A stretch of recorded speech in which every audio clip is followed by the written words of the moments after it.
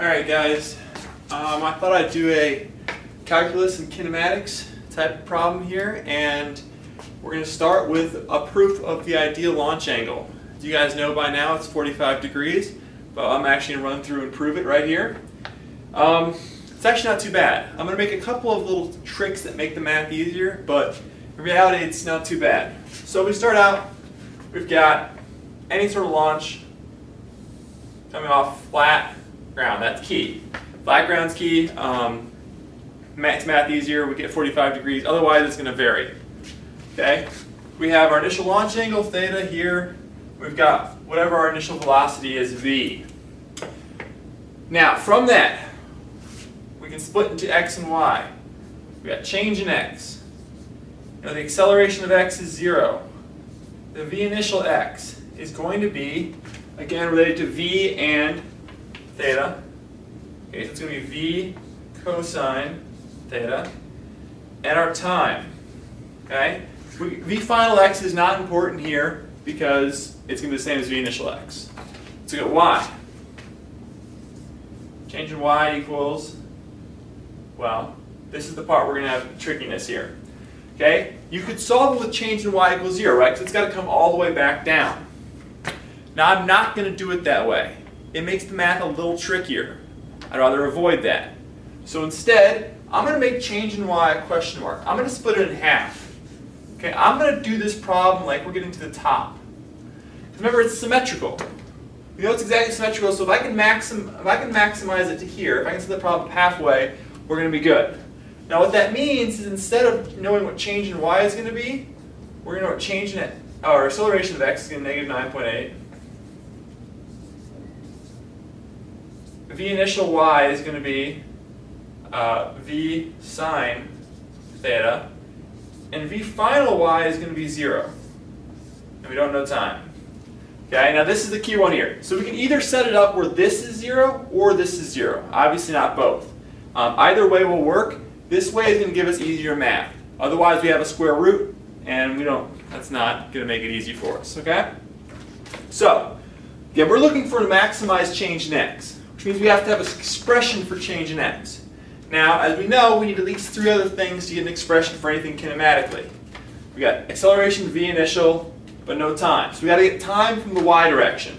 The easiest way to get it is with v final equals v initial plus at. In this case, v final is 0. We've got v sine theta minus 9.8t, and we get that t is equal to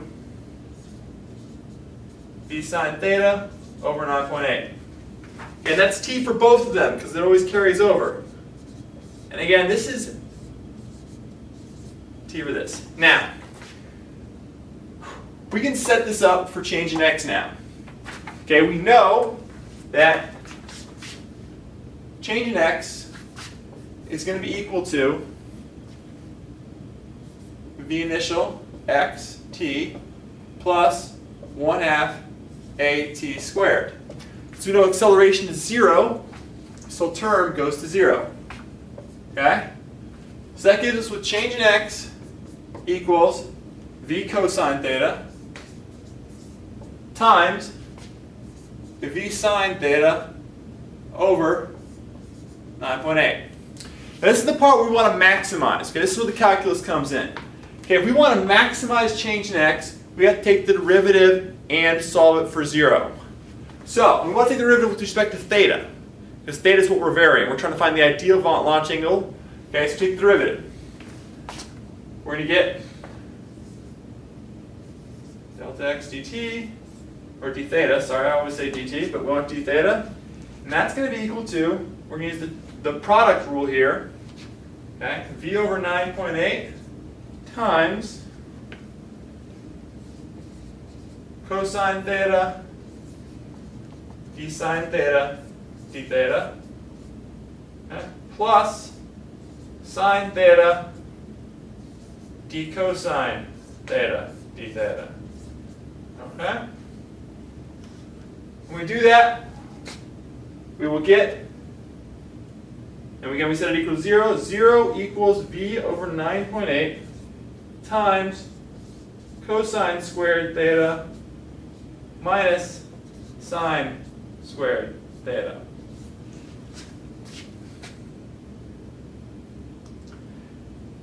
Now, obviously, the only way to solve this for this equation to work out is if cosine squared theta is equal to sine squared theta. And the only time that works out is when they are 45 degrees. Now, you could do this for any change in y. Find the ideal angle for any change in y. The problem is it becomes substantially more difficult because you have to use a quadratic, and I mean, you can do it online, but really the way to do it with Wolfram alpha. Otherwise, I mean, its derivative just becomes painful. But it's all doable. All right, and the setup is the same. You solve for t, you plug in t for x, and then you solve for the derivative of x.